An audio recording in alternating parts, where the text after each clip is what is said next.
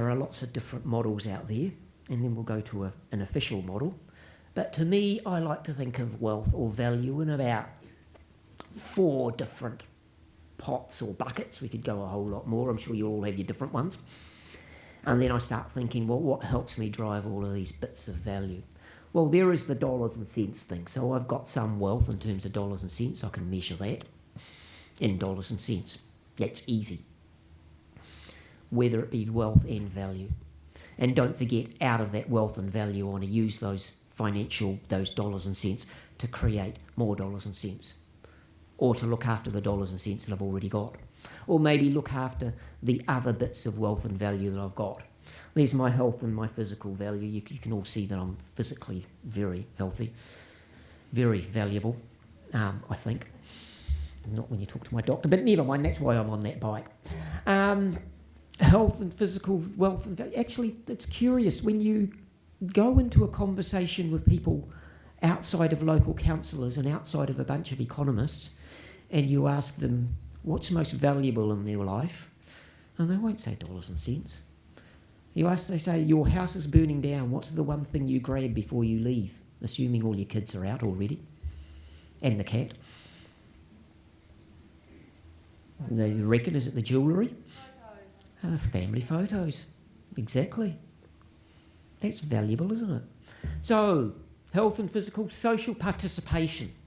And that's probably getting to something that I haven't quite touched on yet in this conversation, in this language, because up until now, I've used all the language assuming that we're all a bunch of individuals. And the value of me going through your front door is just because I've given up some time. And so it's just me that values it. But I'm not a sociologist or an anthropologist, but I understand that human beings actually ain't a bunch of individuals. We actually operate in groups. Whether we call those groups families or whānau or iwi or hapu or communities or countries. And part of my value or part of my wealth is my ability to participate in groups. You take away my ability to participate in society or in communities, then my total sum of wealth diminishes quite considerably. From my own individual perspective, I feel isolated. I don't like the world. If that gets disappeared. And then there are all those life experiences. Put all of those together, what's most important, have absolutely no idea. I need all of those to build the other pots, and vice versa. It's not simple. In terms of, for example, financial wealth, or what do I need to build my financial wealth? Well, I don't need dollars and cents. I need a healthy body and lifestyle. And I need social participation, and I need life experiences. I've learnt a hell of a lot more from about economics in the last 20 years talking to groups like you than I did in the 20 years before that in terms of out of the textbook. Life experiences, I've learnt a lot more about economics in the world by just venturing outside of the confines of my 4 walls and outside of the confines of New Zealand. Life experiences, I've learnt a hell of a lot more about the world once I had kids. Boy, does that change your world.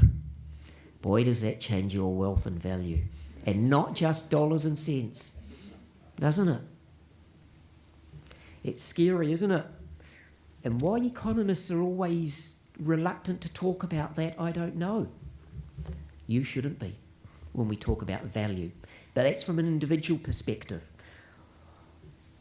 Health and physical, well, how do I make sure that gets retained? Well, it's helpful that I've got a reasonable lifestyle, helpful that I know a doctor who can tell me what to do, but also helpful that I've got social participation so that I can join some clubs that will let me ride around a lake every now and again, or do some running, etc. It's boring on your own.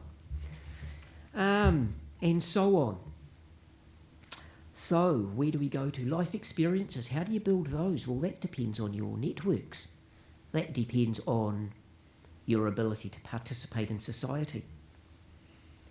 In amongst all of that, We didn't start with 0, did we?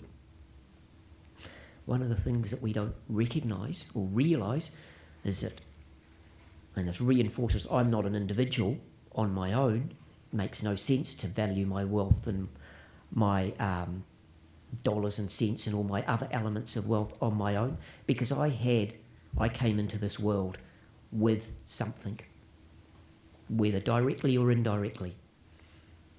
Some of it financial, not actually that much, but some of it. Actually, my father always told me there's only 2 ways to get rich in a financial sense. Okay, you know the 2 ways? You're either born into it or you marry into it. I don't know about you guys, but I missed out both times, but never mind.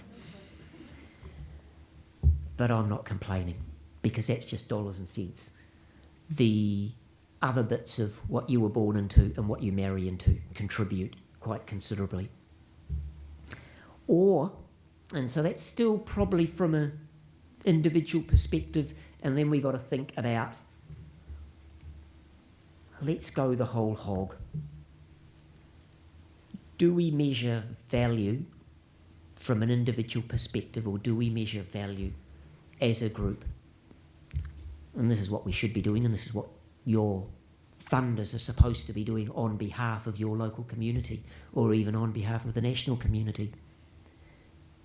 Because when I said before, price equals value, and it's what the individual is prepared to give up to gain something, that assumes a lot of things away. It ignores a lot of things. It ignores what economists call externalities. Okay, you may or may not be familiar with that term. It's a term that was critical to economics teachings a long, long time ago, assuming you made it to chapter 37 in the textbook. Because the first few chapters always assumed that we were individuals, but we know we're not. And so and this is the argument, isn't it? What may be valuable to me is going to be different to somebody else. We've got to acknowledge that. But also, what is valuable to the community? And that's the argument. What is valuable to the collective, whether it's the family, the whānau, the iwi, or indeed the nation. So, where do we go to from here? Lots of stuff from my perspective, but what are the officials telling us?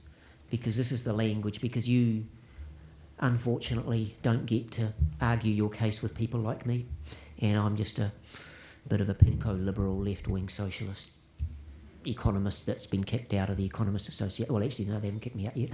I've definitely been kicked out of a few places, and not very popular with a few people, but never mind. Where are we? Well, the esteemed in the World Bank, a bunch of financiers, and even the OECD, that's the bunch of rich countries, rich in financial terms. Actually, it's interesting that it was only yesterday that another measure came out that put New Zealand at top of the list in terms of our, social development. New Zealand is number 1 in the world in terms of social development status. There was a tweet from a cabinet minister on that saying how wonderful it was, which is curious considering the indicators that were captured in there, given that those indicators were something that that cabinet minister wasn't interested in the past. Didn't have dollars and cents in it, but still, never mind. There were some very early ideas of trying to capture this idea that wealth and value may go beyond GDP, which I still, we measure GDP, it's great, but it's very, very imprecise, and also don't know what it measures anyway. Human Development Index, the HDI, was one of the earlier ones, and that sort of only did 2 other things. So it did measure income, but it sort of did measure education opportunities and life expectancy, and that came out of the UN. And then more recently, the OECD and some other organisations as well are looking at different things that we really should be measuring. The problem with the one that came out the other day or yesterday is that it was from, I think it was Michael Porter from Harvard. He's probably actually, he's sort of an economist, but he's not, but at least the OECD, they're a bunch of economists. Well, here are a bunch of economists that are beginning to have second thoughts. And so this is the New Zealand Treasury, and this goes to the heart of the message. And this what gives me heart after a few years of quite depressing argument, that maybe the world is turning, maybe the world is changing, and maybe we are starting to think about the important things that matter. So Treasury about a couple of years ago put out something called the Living Standards Framework.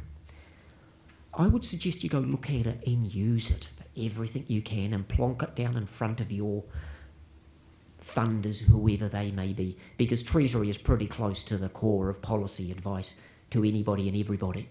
And they are busy building a model that, in their words, is going to be the heart of their policy advice to anybody and everybody.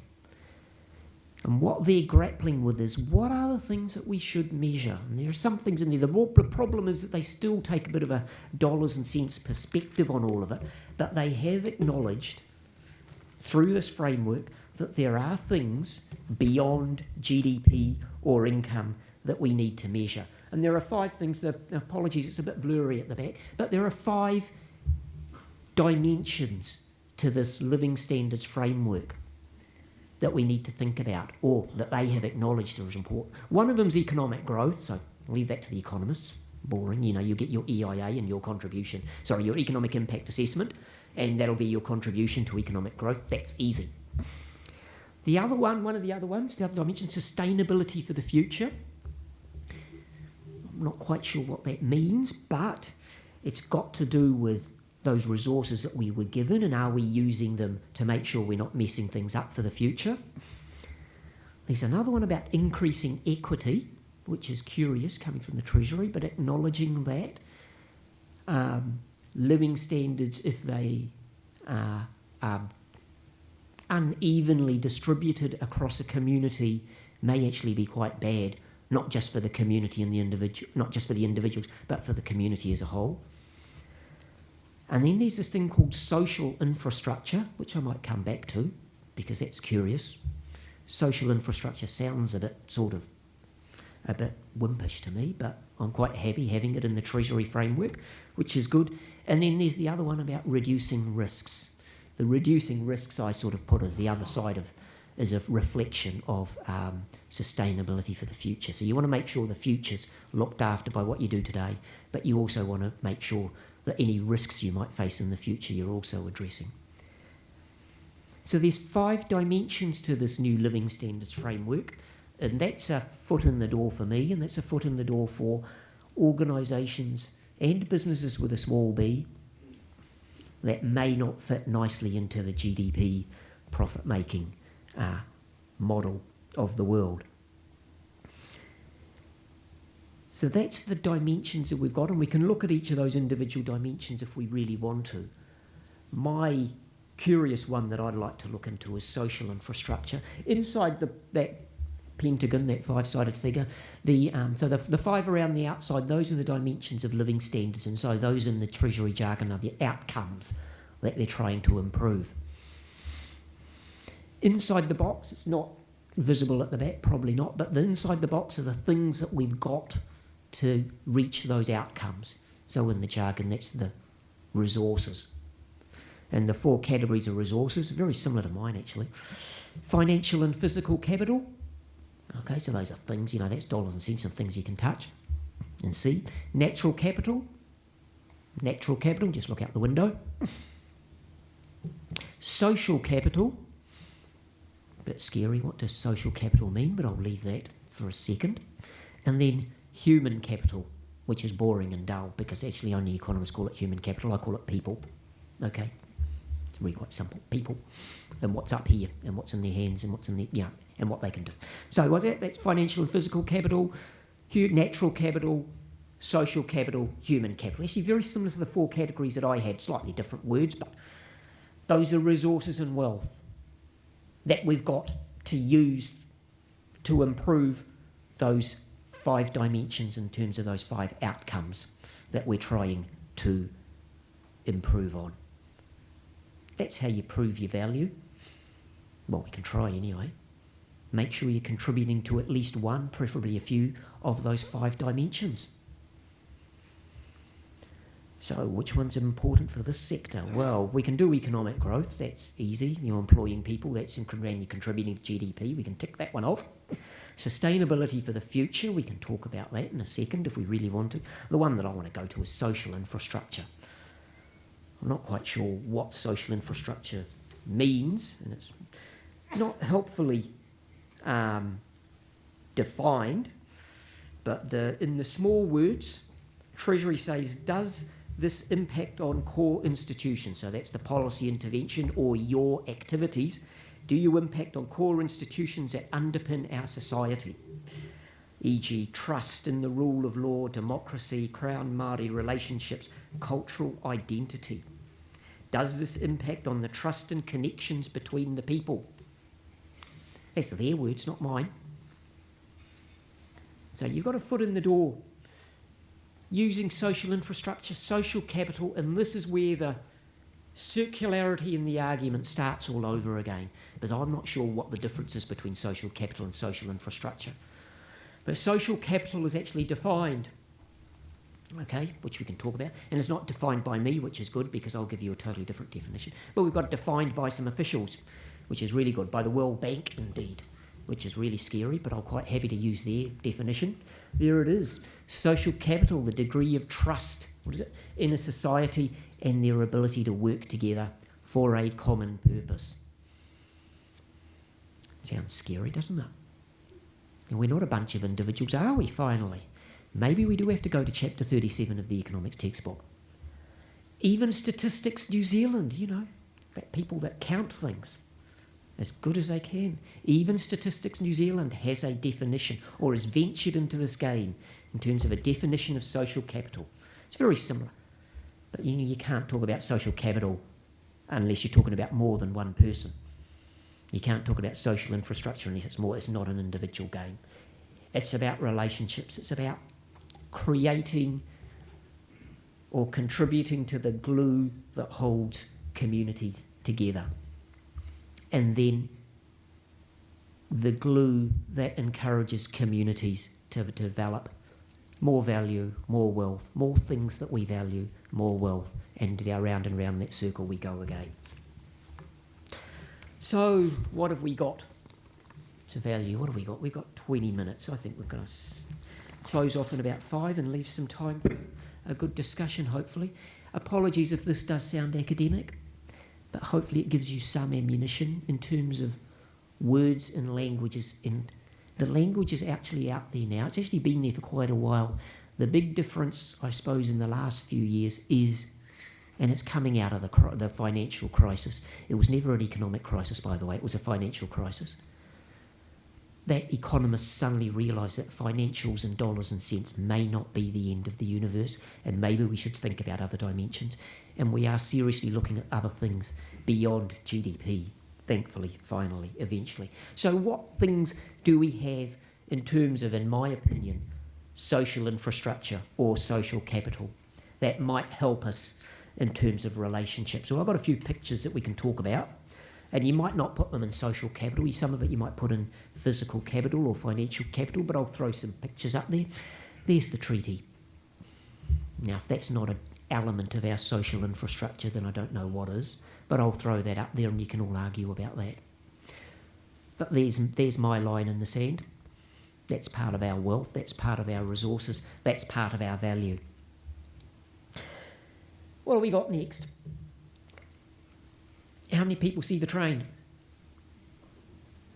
How many people see the mountains? Okay, so I'm not quite sure whether that's our natural capital in the Treasury jargon, or whether that's our physical capital, or whether that's part of our social infrastructure. Don't know. But one thing we've got to make sure we do, well, one thing I do know is all of those are valuable. And one thing we've got to do is make sure that none of the things we do today reduce our ability to extract value from that tomorrow or the next generation. What else have we got? This is close to my heart as a boring economist, okay? Big piece of plant and machinery and a bit, that's great, and we can count that. A common thing in the last 3 slides, and actually in the next ones, I'm probably cutting to the chase. Common thing is a hell of a lot of this stuff was being put in place a long time ago. got nothing to do with our generation, is it? A lot of it's got to do with endowments. It's where we came from. That's our resources. And actually, a lot of the resources and the wealth and the value is not ours, because we never created it in the first place. Well, it's up to us to look after it. What do we got next? I've got to get a picture of the coolest little capital in the world. Yeah, it's capital, isn't it? What else have we got? Talking about a long time ago. What does it stand for? Well, to me, it stands for the endowments we've got in this little part of the world that, unfortunately, many people in New Zealand take for granted. And we take it as our birthright to enjoy this. The problem is that this thing doesn't look after itself. It's currently, well, not this particular tree, but many around it are currently being attacked by a disease. All of those elements of natural or physical or social or whatever the other one was, capital, all of those inputs don't look after themselves. We need to use them. We need to use the wealth to create value, to look after the wealth, to look after the value. And what have I got last? No, that's not last. That's second to last. Land. Yeah, that's what we've got. And then, of course, if you really want to, there's our history, our tupuna. A lot of that is valuable, and no, we can't measure all of that by dollars and cents, but we've got to be courageous enough to have an argument, backed up by the Treasury Living Standards framework, thankfully, that there are dimensions that we all contribute to. Some of us contribute to some dimensions more than others, but that shouldn't make us apologetic about our contribution to living standards or wealth or value or whatever world you want, or whatever word you want to define. So, where are we? Last slide of words, I think, and then some probably more pictures. How many more? I'm going to cut it short, I think. Here's some picked up in the themes, if you haven't, throughout. One of them is around don't limit yourselves to dollars and cents. Another one is you're not on your own, because other people are not just using GDP, and indeed economists are moving ever so tentatively into other elements of measuring value. The other thing that I think we need to understand is when you're being asked about value for money, or are you valuable, is, and it's got to do with that circularity in the argument, which bit are you measuring? Are your services, or what you provide, are you actually providing an output for other people to consume, or the community to consume? Because that's what that's where most people see yourselves. We can throw you in this box, and that's the value. And so we're going to measure you by the number of people coming through the front door, or the number of people coming through the front door. And then we ask them a survey: are you willing to pay for this, and how much are you?